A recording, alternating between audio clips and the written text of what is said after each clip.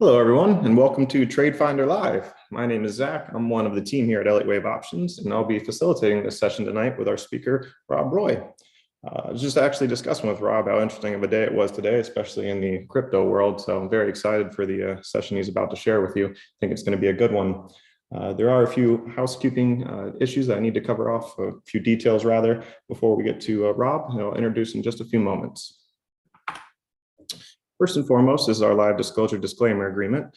If you've attended any of our live sessions previously, whether it might be an insiders meeting or TradeFinder Live, and you've seen this, the main thing to take away from it is that we are not licensed investment advisors in the United States, so nothing is to be taken as personal investment advice. We do have this available on our website as well to be read in full detail there, or feel free to take a screenshot if you like, but that's the main point to take away. So for this session, you'll notice on your screen, there's actually only one method for asking questions, and that's going to be the Q&A window. At any point throughout the session, please feel encouraged to write your question in through that window, and we'll do our best at the end to pass it through to Rob. Just keep in mind, the question portion is brief at the end. We just open it up to a few questions from both Zoom and YouTube, as the session is live streamed there as well. So if we don't get to your question, just know it has nothing to do with the validity. We just only have so much time. With that, if we don't get to your question, take that as encouragement to attend the insiders meeting when there's a 45-minute portion focused solely on questions. So a much higher likelihood of getting your question addressed there. And of course, we love to see everyone on. Lastly, we have the chat window as well. So any support related queries or any interaction amongst other attendees, please feel encouraged to use that. Just know that Rob only takes questions from the Q&A window. So if you want it addressed, be sure to leave it there. As a final note, if you want other attendees to be able to see your message, be sure to change the to from host and panelists to everyone. That way it'll be visible for other attendees on. So I think that covers off all the important details. At this moment in time, I'll introduce Rob. Hi, everybody. Welcome to TradeFinder Live. Go ahead and share my screen with you.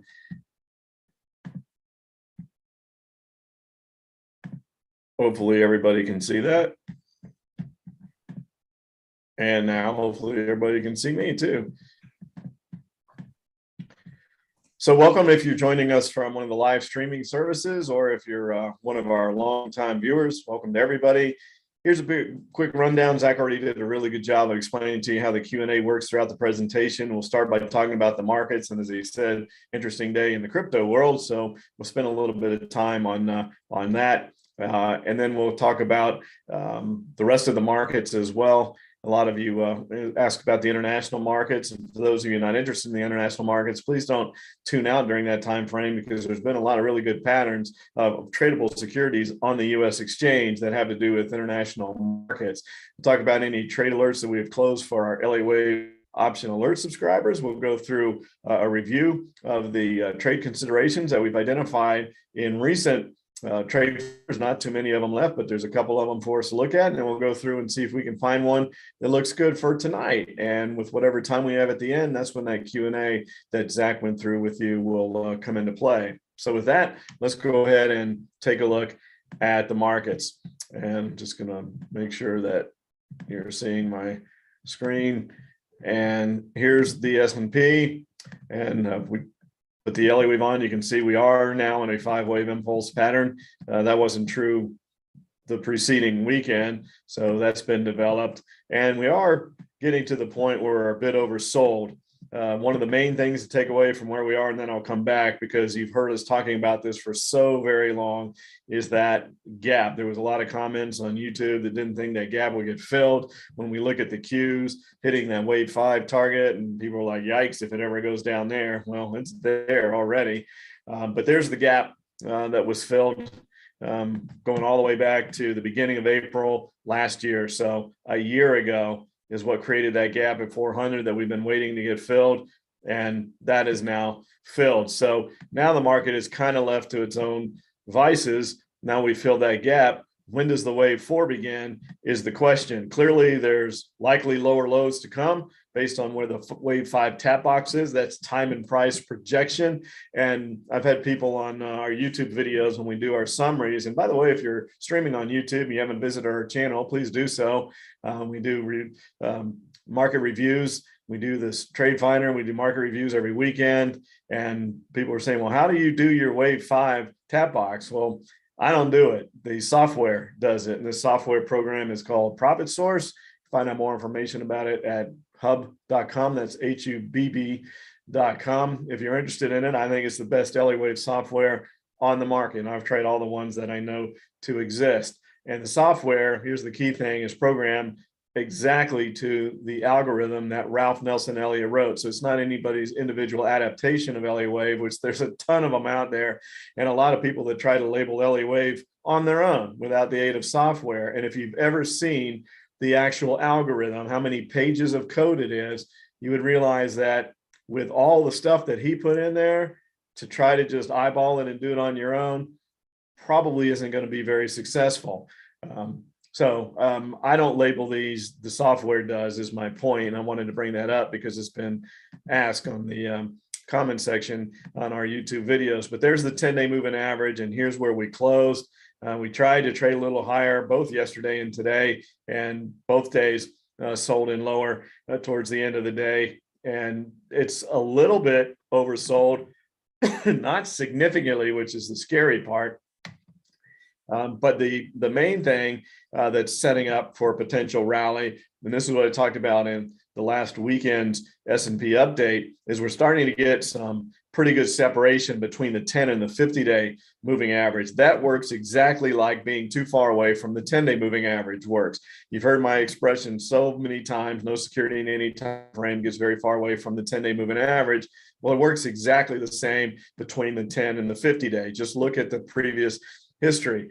So looking back here, we got a little separated to the downside, rallied back up, got a little separated from the upside here, came back down, back over here, a little bit above, came back down, a little bit above, came back down, a little below. So you can go back and look every time we've broken below it. Right here, there's another one that we were below.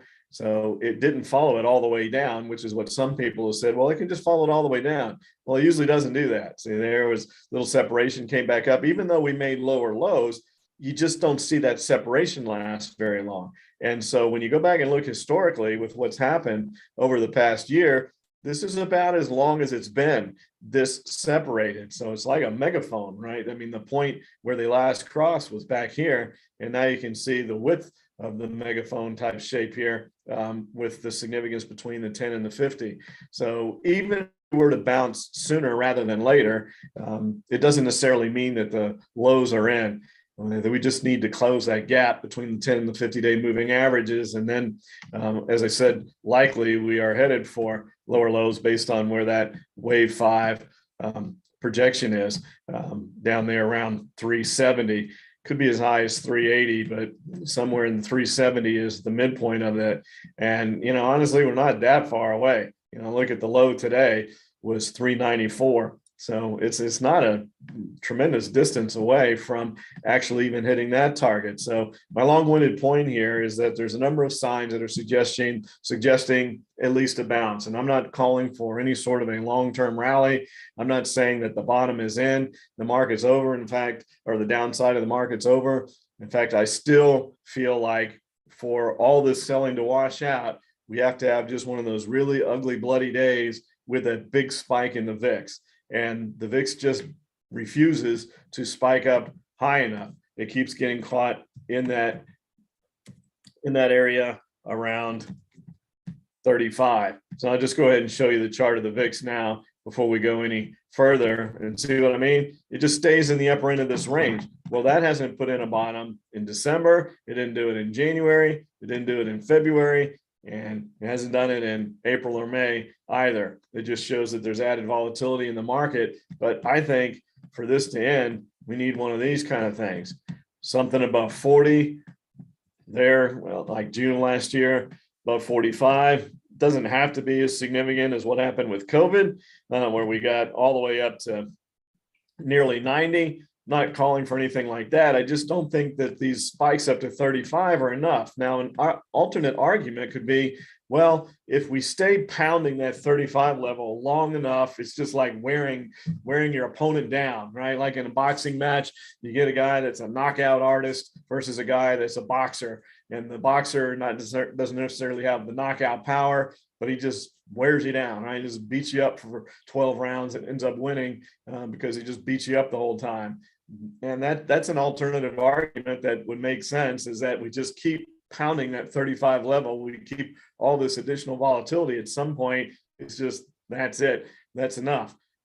But I don't subscribe to that theory. I'm just saying that it's a viable alternative for people that do. I still think there just has to be the big spike to end this. And I don't know when that's coming. And I don't know if the rally comes before we end up going down and hitting that wave 5 target or not. I just, it's, the selling is pretty intense.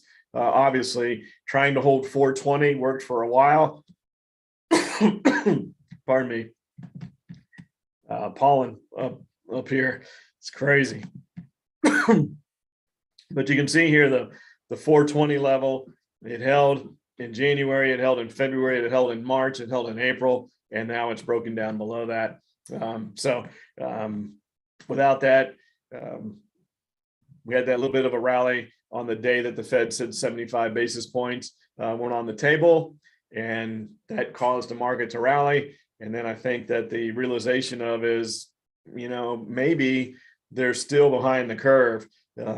They're not willing to do anything drastic, but it's all about perception, isn't it? Remember when going from 25 to 50 basis points seemed like a big jump. Now they're talking about multiple consecutive 50 basis point rate hikes, but that doesn't seem to be enough for the market now. It seems as though the market actually wanted them to go 75, and there was an ex-Fed governor that actually said he thought they should go 100 basis points at the last meeting. His view is that they're that far behind the curve on inflation. So not much else to say about the S&P. Let's go ahead and take a look at the Qs. As I mentioned to you, there were people that were saying, yikes, if we ever got down there. Well, we are. We need to take a look at where we are with the Qs. Didn't like that space in front of it. So when we look at the Qs, turning the Elliott Wave pattern back on, look at that. Smack, just nailed it right there at 300, exactly where it was forecast to go. So the S&P is not there yet, but you could see, in fact, if you're watching the market intraday today, the rally attempts were actually stronger on the Qs than they were on the S&P. But in the end, neither one of them could muster up too much of a move, but at least something to the positive side on the Qs today as we have hit that target. But really, I talked about this. That was one of the best looking Elliott Wave patterns you could expect to find. They don't always crawl right down that dotted line, which is just it's a forecasted line, but it's not actually saying that that's what's going to happen. It just gives you a reference point from 4 to 5. It's not suggesting that you're going to move straight down in a 45-degree angle. It just happened that the Qs did. So it's kind of cool looking when that happens, but that really wasn't the idea or how it was designed. All right, let's take a look at the diamond now. And they had been holding up the best. They've been the best looking chart. And finally, they've given up the ghost. They were the last one to break their last bastion of support. It was 420 on the SPY, it was 320 on the Qs, and it was 330 on the diamonds. And you can see that's broken down now as well. Not quite to its target, but a little bit closer perhaps than on the S&P. So you can see signs here, as I said, that perhaps we're going to get some sort of a tradable bounce, whether or not it's the end of the selling or not. We'll just have to wait and see when all those targets get hit, see what kind of reversal we have. Do we get the spike in the VIX that I'm looking for, et cetera? All those things will be weighed in once the targets are actually hit. And we just have to wait and see, do we get the bounce before that or just head on down there? One thing I can tell you is that 10 and 50-day moving average, that's just a market rule. Like no security in any time frame gets very far away from the 10-day moving average. It's the same thing between the 10 and the 50. That is a rule, and it will happen. That 10 and the 50-day moving average will come back together, and it isn't usually that the 50-day makes a U-turn and goes and hits the 10-day. The 10-day moves because it's the shorter term one. It moves, and so it will move up to hit the 50-day moving average. That will happen sometime very soon. When it happens, we'll wait and see, but I don't think it's too far away. Here's the Russell, and talked about how the Russell had been holding that line, that trading range at 190, and that got broken. It's also hit its wave 5 target, as you can see, right down there in the low 170s. Let's say the low of today was 171. So it's hit its target. Again, signs that some of these price targets are being hit. Some of them aren't quite there, but we're not far away on either hand. I would imagine that by the time we talk again next week, the market has made some sort of a rally attempt. Now, again, I don't know that we don't go down and hit those targets first, and then we rally. But with the way the selling has been, with the VIX still at 35, 1 or 2 more selling days, and all the targets are hit on all of the patterns. So one thing I'd point out to you, if any of you are a little bit unsure about Elliott Wave, if you've heard about it, if you're here because you're curious about it, I'm showing you chart after chart after chart that are spot on with what's gone on in the market. So hopefully that gives you some confidence that this stuff is for real. We have all the AI data to prove that it works. Nothing's 100%. Elliott Wave is not 100% correct. Everybody's wrong sometimes. Elliott Wave is wrong sometimes, but it's the best looking technical indicator to me that exists, the most accurate as well. Now we have our set of confirming indicators that we use to confirm Elliott Wave, because we don't just rely on Elliott Wave. I don't think that's smart for anyone in any technical system to rely on only one technical indicator. So we have our set of confirming indicators that we use to support what we see with Elliott Wave as well. I just think it makes it that much stronger and that much more accurate. But the Russell, I wanted to show you, has hit its target. So now the question becomes, does it find a new range? Do we come down here? Do we start at 170 and trade from 170 to 190 now? Is that going to be the new range? Or are we going to reverse back up, get back above 190 and go to that wave 4, which is what normally happens when you complete a 5-wave pattern, as you reverse back to the previous 4, as long as the wave 5 extension was not greater than 100%. If the wave 5 extension, you can see here, was 78%, which is a fib level, by the way, 78.6. So if we hit less than 100% on the wave 5, then you go back to the previous 4. If the wave 5 extends more than 100%, then you retrace 61.8% of the move from the 4 to the 5. So you're not necessarily counting on it going all the way back to the wave 4. It's a common mistake that people think that it always means when a wave 5 ends, you go back to the previous 4. But there's that little caveat in there, depending on how far the wave 5 extended. So that's an important piece of the puzzle that wanted to make sure that everybody was aware of. So that covers our markets. I know everybody's wanting to see Bitcoin, and so let's just go ahead and look at that before we get into the international markets. And Coinbase, we'll take a look at that as well. We had looked at that in a previous session. And so we broke, this is the scary part for Bitcoin, is we broke 32. And I had mentioned in the last report over the weekend, and I've said this numerous times, if you've watched any of these videos, you know that everything has been in steps of 4,000 with Bitcoin. So we had resistance here, if you're new, at 48. The next was 44 for support, then 40, then 36, and 32. Now it starts to get a little dicey. So I'll move the chart over a little bit. Now, if we look at the moving averages, you can see that on the low today, and we did close with a doji there. Now, I know Bitcoin trades 24/7, so I understand that. Just for looking at end of day charts, you have to have, just like the futures, you have to have a point where it stops and it moves to a new day, even though it continues to trade. So you can say, well, that doji doesn't mean anything because it's just a point that's picked in time, perhaps. But regardless of that, the distance between where Bitcoin was on the low and the 10-day moving average is pretty substantial. So that's good separation. So you would think that Bitcoin at some point will at least bounce back up and test that 36,000 level. That was long-term support, and that it just went right through it this time. It held back in January. It held in February. We've tried at 40,000. It got above it. It couldn't. It kept tapping it. It kept trying to get back above 40. It couldn't. So the next level is 36. Well, it only stayed there for a day, and then boom, down to under 32, which is the key. So I know the question becomes, all right, well, where's the next target? Well, yeah, I don't know that we go all the way down here to this wave 5 now, because we are oversold. But if we condense the chart and go back to find, okay, where's the next level of support? You can see where 32 was right there. That's where that level of that 4,000 of support came from, all the way back from May, June, and July of last year. You can see, so 32 was a pretty significant point, and it just didn't even blink at it. And so then you start to say, okay, well, where's the next level?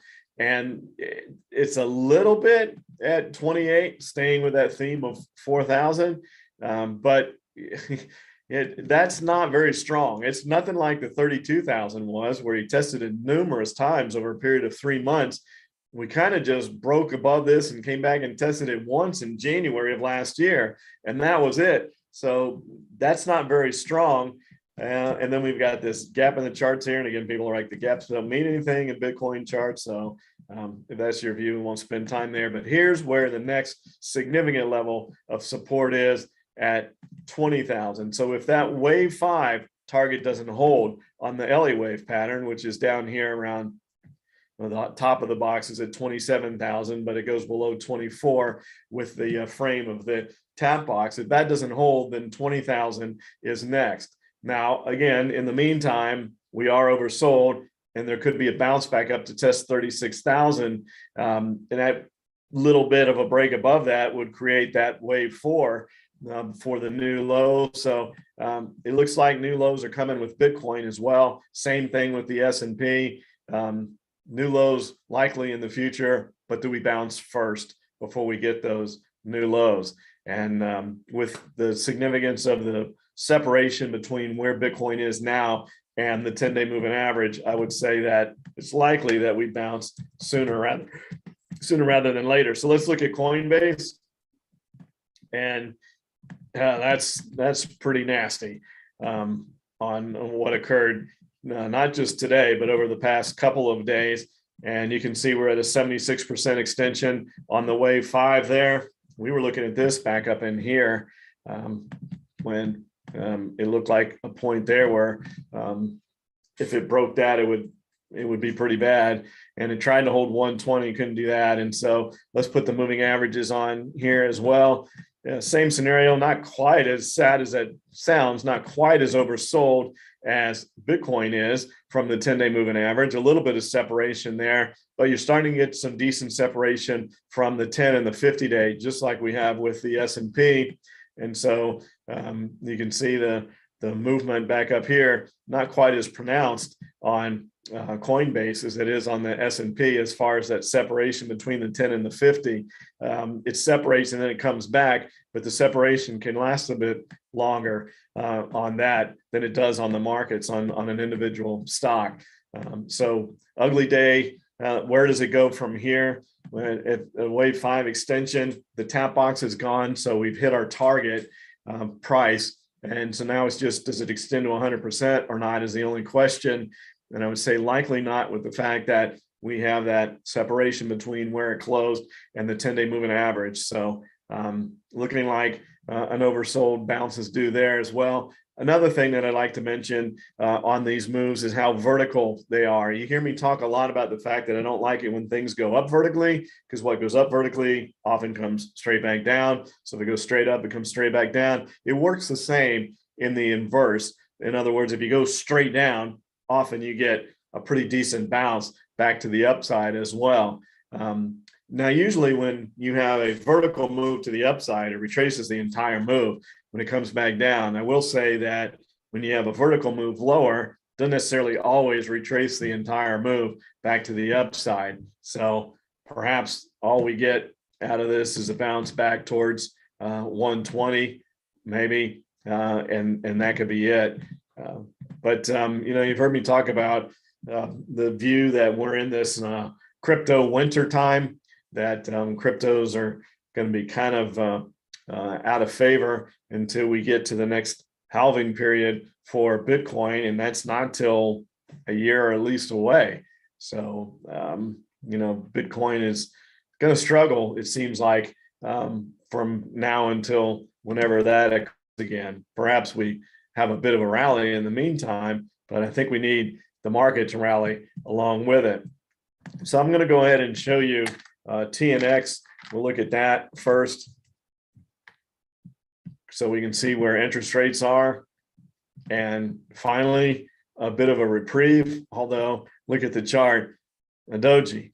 So there's the move back down to 3%. So I thought when we got to 3%, that would be a little bit of a break. No, but kind of not a great day in the markets, and interest rates are down. So the people that have been saying rates moving to the upside is causing the market to go down. And I've said that the market will not like it if rates go vertically up. I thought we might get a little bit of resistance at 3% and might back off. It didn't. It went right through it. And now we've come down to test 3%. So it looks like 3% on the 10-year is support now. And with that doji, we could be right back up again with rates tomorrow. Let's look at the Elliott Wave pattern.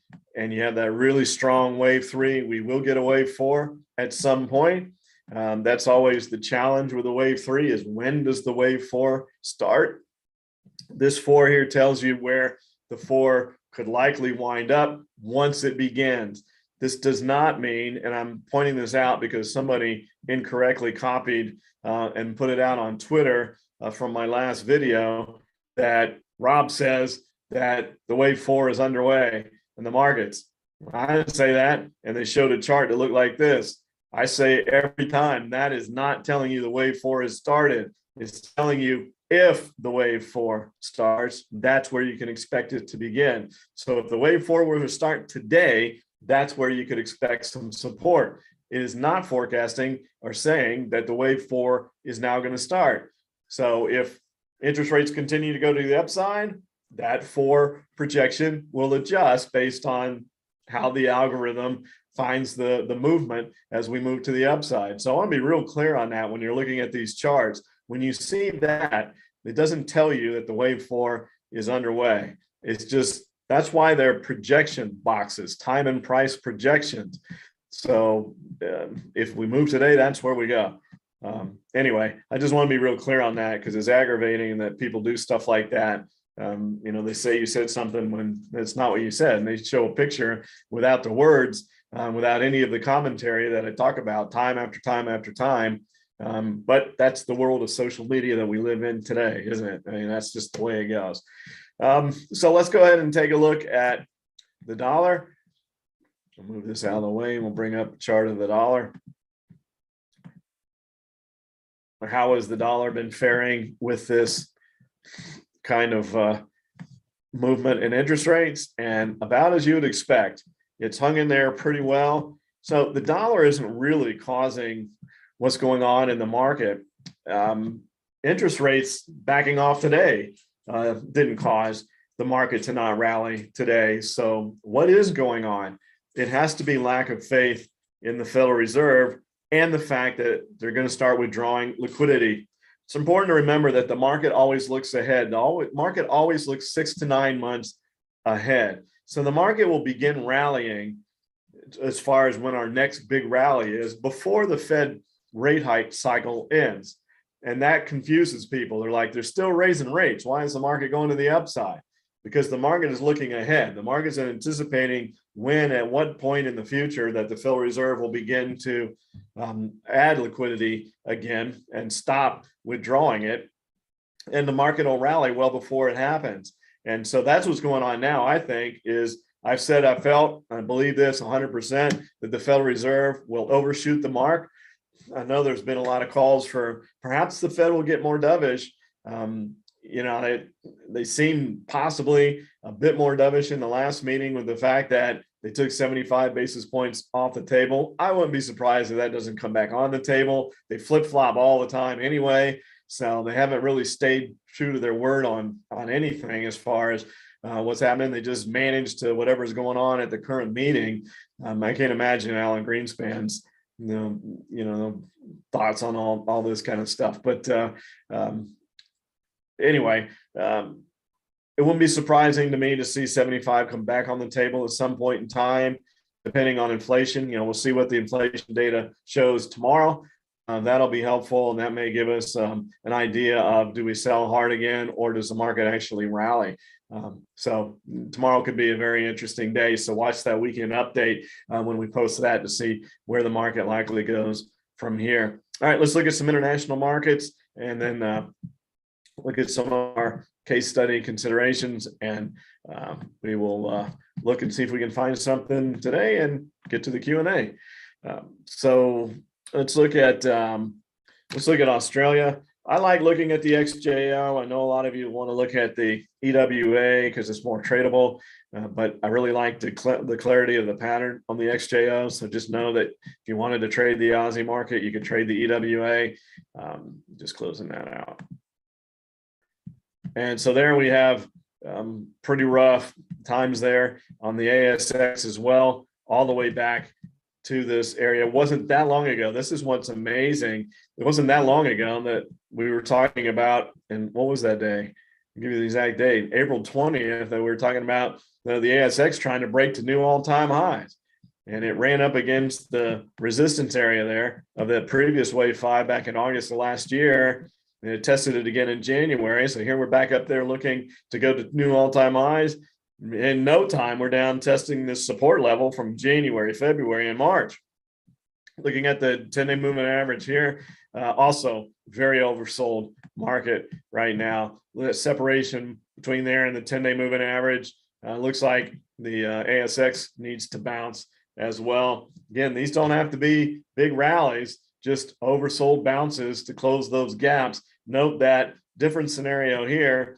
Don't have quite the separation between the 10 and the 50-day moving average. My point here is that the bounce here could be less than the bounce in the S&P due to the fact that we don't have quite that separation between the 10 and the 50-day moving average. We just need to resolve this scenario with where we are in the 10-day moving average, not the 10-50 combination. So let's look at, I will look at INDA for India, but I also want to look at the Nifty as well. And you can see that that descending triangle has broken emphatically to the downside. The Nifty had a symmetrical triangle, but the INDA had a descending triangle. And so we've broken lower. There's the 10-day moving average there, sitting down at support. So lots of oversold scenarios here, lots of separation from the 10-day moving average, not too separated from the 10 and the 50. So again, a short-term bounce is in the cards, but maybe nothing significant. It looks like, we're due for a bounce, but the pain's not over. That's the summary of tonight's TradeFinder. And there's that symmetrical triangle that was on the Nifty. Also, you can see the big break to the downside there. And there's the 10-day moving average, bit oversold here, but really powering down towards that wave 5 target on the Nifty as well. And then let's look at the DAX. Just ugliness all over the global markets, not just in the US here, it's everywhere. And there we tried to hold there at 26 on the DAX. And as a reminder, if you're newer, if you haven't been watching these over the past several months, on the DAX, the Elliott Wave pattern is relabeled to 5, is relabeled to a 3 times. And so this is now trying for the next move down to the wave 5 after its third relabeling. So we've hit wave 5, relabeled to a 3, hit the wave 5, relabeled to a 3, hit the wave 5, relabeled to a 3, third time. So do we hit the wave 5 for the 4th time? Kind of looks like we're heading there, but at least the selling has slowed a bit, and it tried really hard to hold 26, broke below it. Now we're testing it. We'll see how that plays out over the next few trading days. I wanted to show you a position. We haven't closed anything out since last week for our alert subscribers at Elliott Wave Options. So I thought I would share with you alert we sent out today so that you can see the kind of things that we do at Elliott Wave options. And the difference, if you're wondering, if you're new to TradeFinder, is with TradeFinder, we do look for case study considerations, but you're on your own from there. How you manage it, whether you enter it, whatever, you're all on your own. With our alert service at Elliott Wave options, EWOtrader.com, we walk you, hold your hand from the beginning to the end. We send you out an alert on the entry, any adjustments that are made throughout the course of the position, and then the exit. So we show you what we're doing from start to finish on everything. You're not out there on your own. That's the difference between the two. So this is a wave 5 buy. We obviously haven't done too many of these lately because the market prior to this was trending up for so long. And so now that we have some selling that is abating a bit, we're going to start to see a lot more of these kind of trades where the selling is ended and you get that bounce back. Now note here on the wave 5, it was an 80% extension.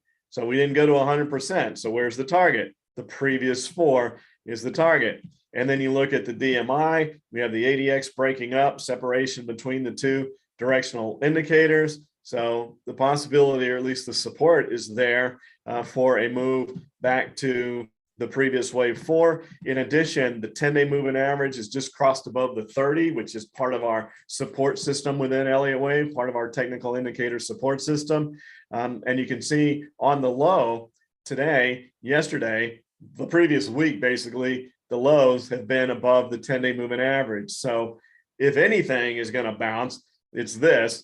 And again, there's no guarantees, but it's as good a setup for a bounce to the upside as we could look for. And then we can go back and we'll look at EWC. And the reason I didn't show that when we did the international markets is because we had that as a case study consideration to look at. So let's go through and look at some of our previous ones. Interestingly, food is back. So we looked at Smuckers, and food took a little bit of a hit, right? It had been a defensive sector, and we had talked about this on the fact that, hey, it moved, looked like it moved to the downside, and look at that rebound back to the upside. It's now labeled into a wave 3.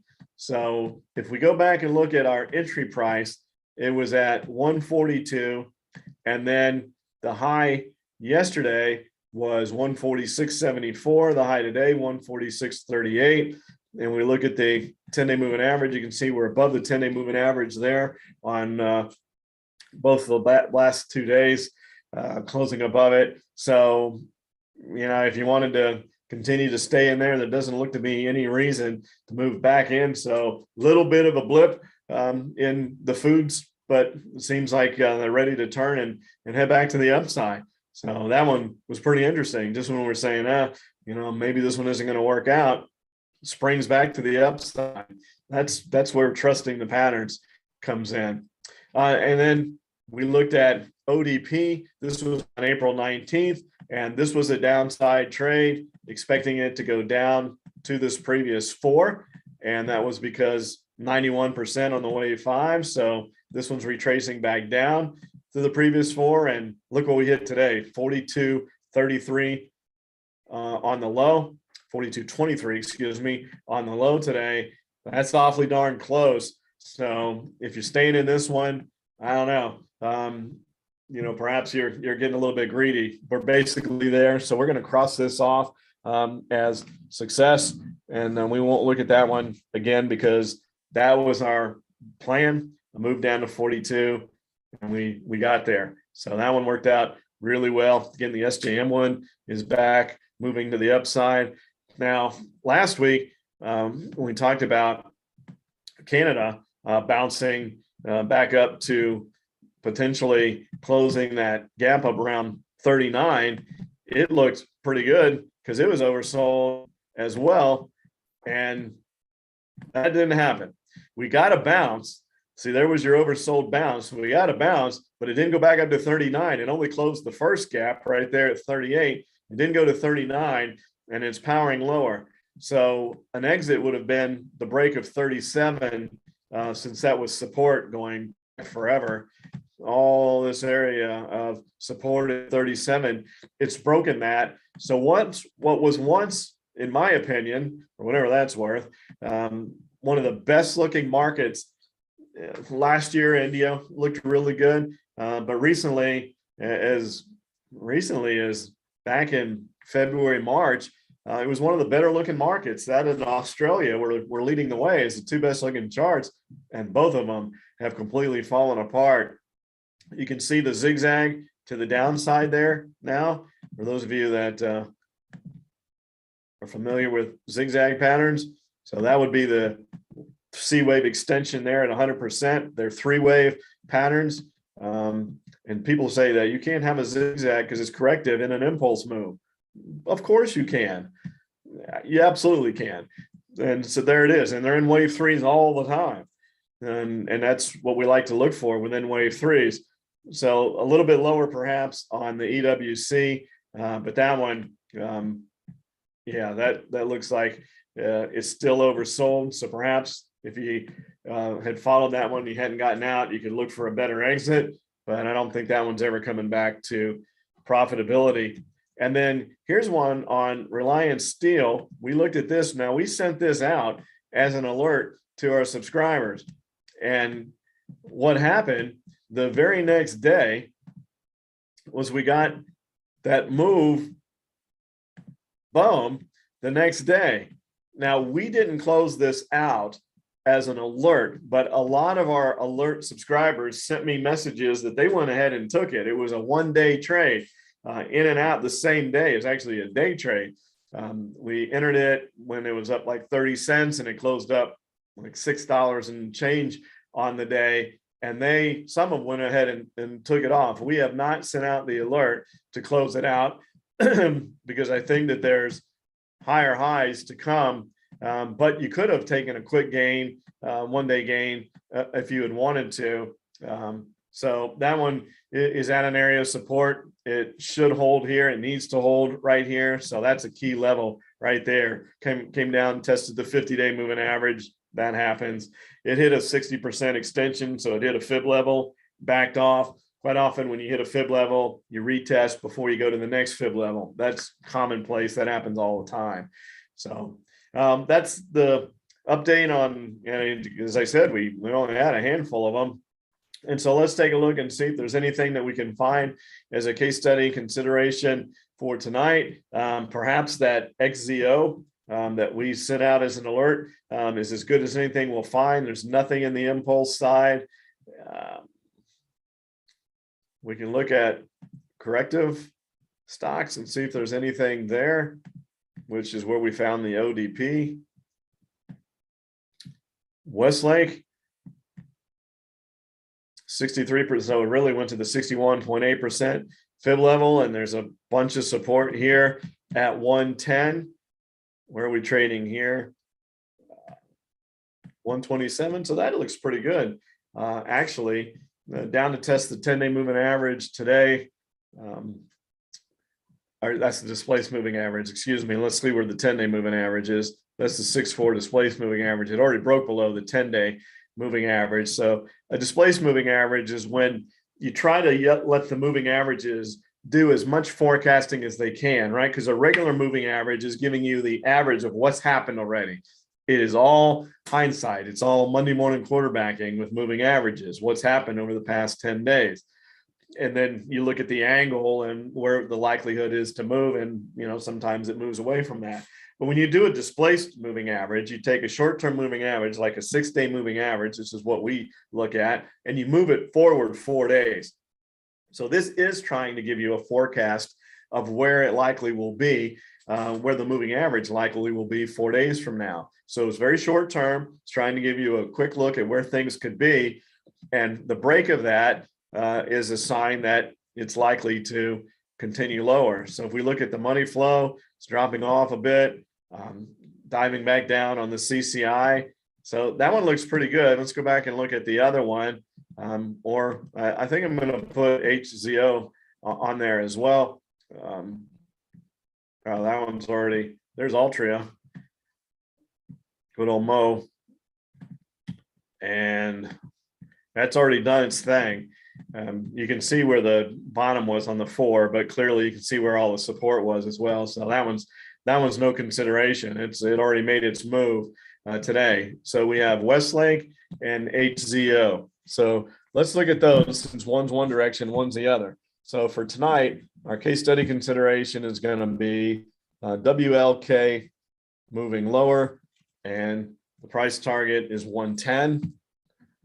And then we'll look at HZO. It's not H2O. It looks like H2O, but it's HZO. And that's moving back up to previous 4. All right. So with that, go ahead and bring Zach back on and open it up to some questions. Imagine there might be a few. Yes, there are. There's tons of great questions and comments coming in from both Zoom and YouTube. So we'll do our best to get through as many as we can.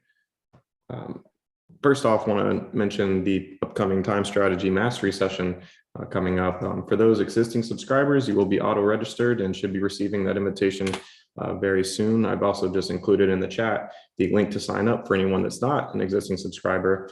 It's a great time to take advantage as we are approaching the first week for the first session. Show that both in Zoom and YouTube as well. So yeah, if I could add to that, Zach, just so everyone's really clear on it, the time strategy mastery is where we're going to take a deeper dive. Some of you may have seen the video that we did announcing the launch of the time strategy, which is our AI-based time strategy, where AI tells us if a stock following a big drop is likely to stay in a range, and then we have some different strategies to take advantage of that. So it's a situation that takes advantage of IV spikes, and it takes advantage of time decay. So where time decay is normally an enemy in the world of trading options, these strategies, it becomes your friend. And so this class that Zach just mentioned, thanks for bringing that up, Zach, is taking a deeper dive into that strategy. So it's our AI-based strategy. I think AI is the future of technical analysis. We feel like we're kind of on the cutting edge, having a strategy already designed, tested, and live since September of last year. So we're pretty excited about it. So anyway, just wanted to add that since you brought it up, Zach. Absolutely. Yeah, I know it'll be very exciting stuff, so definitely don't miss out.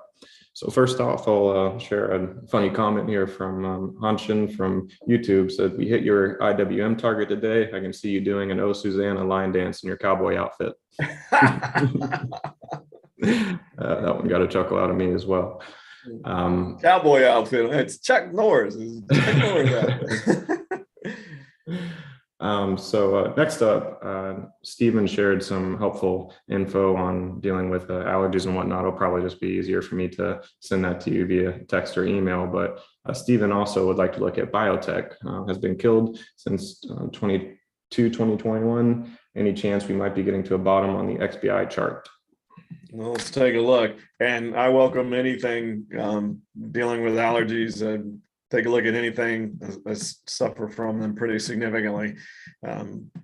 Sneezing, coughing, cloudy eyes, and allergies are not my friend. On biotechs, possibly. I mean, we've got a doji here. We have wave 5 extension just past the 61.8% level. If you look at the moving averages here, not that far oversold from the 10-day. That's a negative, but a positive is there's some pretty decent separation again between the 10 and the 50. And so vertical move lower, separation being created there. The question was, could we be nearing a bottom? I would say yes. Are we at the bottom? At a 69% wave 5 extension, you would think that with the wave 4 only being 30%, that's what's expected. That's where it's supposed to go. And it's not necessarily supposed to go lower than that. But Elliott Wave patterns don't always do what you think they're supposed to do. They have extensions. In other words, a C wave on a zigzag can extend to the next fib level. The wave 5 can extend to the next fib level. So the next level would be 100% extension. There's probably nothing to stop it between here and there if it continues to sell. But it's reached an area where if it's going to find support, this is a good area for it. So, on a bounce, and this could be one of those scenarios where do we just get an oversold bounce? It's got to get back above 80 to be considered bullish. It's speculative. It would be a speculative trade right now to try to get a bounce back up to 80. but it's not the worst trade out there if you wanted to take a shot at that. But if you're looking for something other than just a short-term speculative trade, if you're wanting something, more along the lines of where's a real, an impulse bullish pattern, this isn't it. Not until it gets above 80. But long-winded answer to the question, yeah, it looks like the selling could be near an end soon. Man, I can't take too long answering questions. Let's go, Zach. All right, on to the next one. Back over to Zoom. Lynn would like to look at Ethereum. So playing into this crazy crypto day we had. For that one, it's going to be FXETUS. That's all right.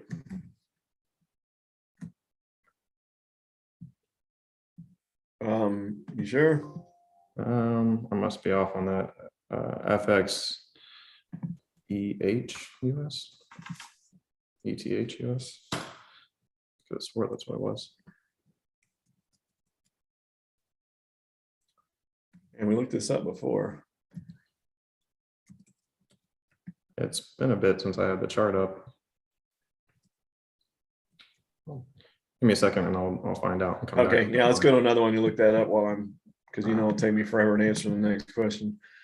Nina asks, hi Rob, once the indices reach their target, for example, the NASDAQ, is it a buy or do the extensions come into play? If so, what are the extensions? That's the $1 million question, Nina. We have to wait and see. Because as I just went through, sometimes they go to extensions. Now with the 61.8% wave 4, you'd expect the wave 5 to go to 100%. It's at 87. That's pretty darn close. So could it go a little bit lower? It could, but we're right in the middle of the tap box, and it looked like it wanted to bounce today. The Qs really they were trying. They were the little engine that could today. They were trying to right the ship and move back up. But just like I was talking about with the biotechs, they got to break back above 320 to be anything other than an oversold bounce. What happens when we get to these levels, we look at our indicators to give us an idea of whether or not they are likely to take that extension, because there's no way to know for sure. The move to the extension doesn't have the same percentage within Elliott Wave as the initial pattern does. The patterns have a high percentage of accuracy. Whether or not it's going to extend to the next level is an unknown. And so what we do is we use our confirming indicators to give us an idea of whether that's likely or not before it actually occurs. And right now we have the ADX is right at the top level of the negative directional indicator. You can see that little tick down on it today. So that would have been bullish, but the problem is the positive directional indicator didn't tick up. So the same thing is the opposite. If you've heard me talk about the DMI, when you have a stock that's trending up, nothing goes in a straight line, right? When you have uptrends, you have corrections. Same thing on the way down. So on the way up, when you have an upward move and a correction, that positive directional indicator could tick down a little bit on the corrective move. But if the negative directional indicator doesn't tick up, if it stays going down, it's telling you that's more of a buyer strike than it is people actually selling, and the likelihood is that we continue higher. So the same thing would occur on the way down. So we have to keep that in mind, that without a tick up in the positive directional indicator, it was more an exhaustion of selling than it was significant buying wanting to come in on why the Qs kept chugging and trying to push higher throughout the day. So the CCI is usually a good one when you get to this area, and you can see it's down around testing this extreme point low, and that should be an area of support. So I would say that the odds are the Qs do not at this point in time go down to the extension, that there's more data that suggests a bit of a bounce, and maybe a little bit lower to hit that 100% extension, but not much. So the likelihood is more of a bounce than moving. Let me go back. I just want to show you this in reference to the CCI. When you look here, see the CCI has kind of preceded this move here. on the HCO. So I thought, you be interested in looking and seeing how the CCI is a bit more of a leading indicator, where the DMI is considered a lagging indicator. It's part of the reason it's part of our technical system is, you don't want all lagging indicators that are confirming where things have been. You want something that's going to give you an idea where things are going. Okay. Thanks, Rob. And to come back to Ethereum, it was FXETUS, so maybe there might have been a space in there or something, but we'll give that a try again. Try in all caps and on the FRX. Okay. The all caps shouldn't matter, but I'll try to move it to the FRX, but it should find it on its own. I just pulled it up on my software, but maybe there's okay.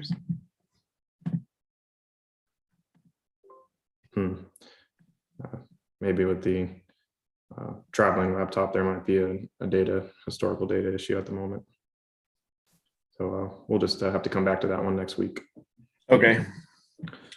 And it's ugly, I'm sure. Whoever asked him, I mean, with what we looked at with the currencies, it's not pretty, but yeah, we'll look at that next week. All righty. Hopefully it's something more positive to talk about. I know there's a lot of people in Ethereum. Yes, indeed. Manuel from YouTube would like to look at ALB lithium. ALB? Yep.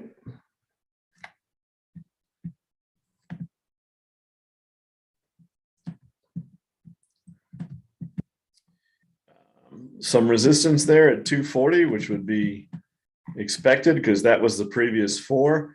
Now this one, just after I get done saying that when the wave 5 goes past 100%, your target is not the previous 4. This one did go to the previous 4, but I reiterate, that's not the target. The target is a 61.8% move, and I bet that's what that was right there. Let's do a quick fib retracement here and see. So there was the 61.8% level. Then it came back down, tested the 38, and then went all the way up to 100% extension.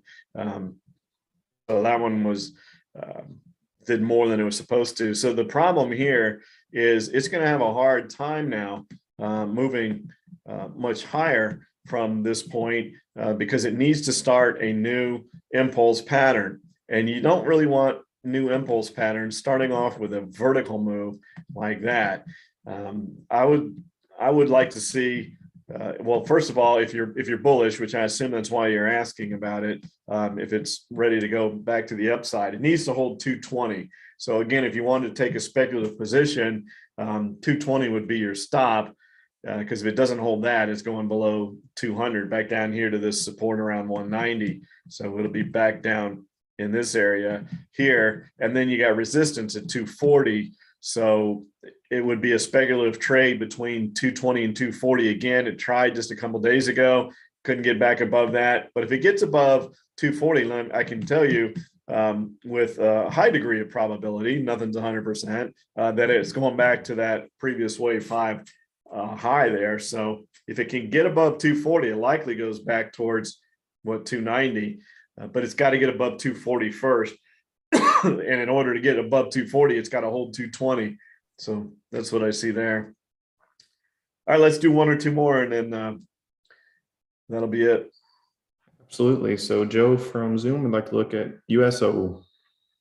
Good time to look at oil again.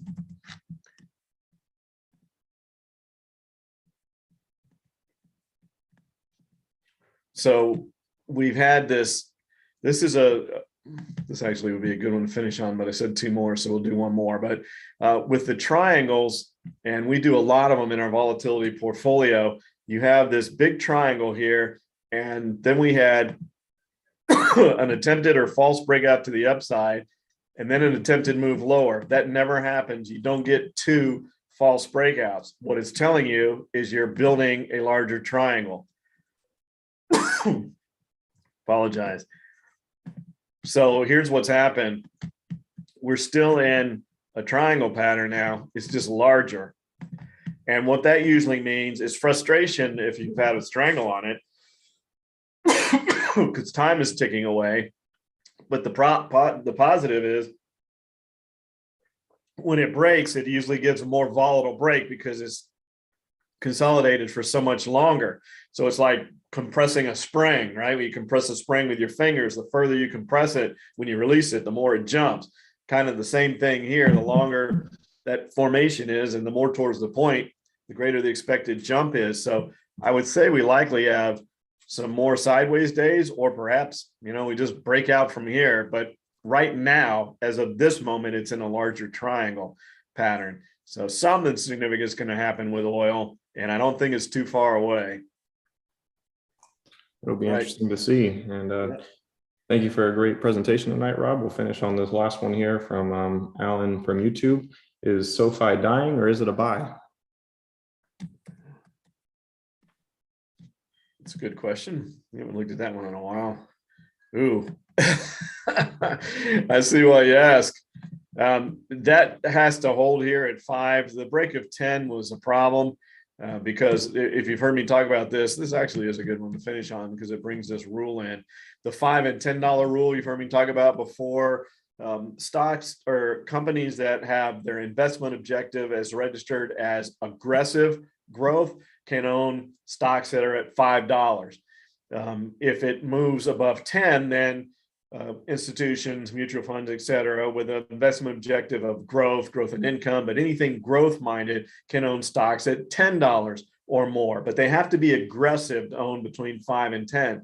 So they tried to hold 10 and that gave up. And so now you can see there's just these little smaller bars because there wasn't as much institutional activity anymore. But now we're at the next level. So now it's at a point where the aggressive funds are going to need to try to come in and support it. Nobody wants it to break those levels because then they have to sell and realize the loss. And they try to avoid that if at all possible. They try to ignite a short covering rally instead of having to sell. It didn't hold at 10. It tried. I mean, for a long time it tried. They couldn't ignite the rally. So now we're down at 5. And I will see how many aggressive funds own this to see if they want to come in and step in.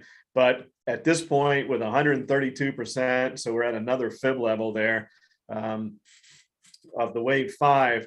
If it's going to hold, this is a spot where it would likely hold. So here's another one where if you wanted to take a speculative trade, and we've talked a lot about speculative trades because so many patterns are broken right now. But if you want to take a speculative trade on one, that's a pretty good one. If it breaks 5, you get out. But you could have a decent jump off of 5 if there is a lot of aggressive, and I'd have to, look at the prospectus and everything and see who owns it and all that kind of stuff. But that's the idea. So it could likely bounce here, but if it doesn't hold 5, then it's ugly. Then they usually go down to $1.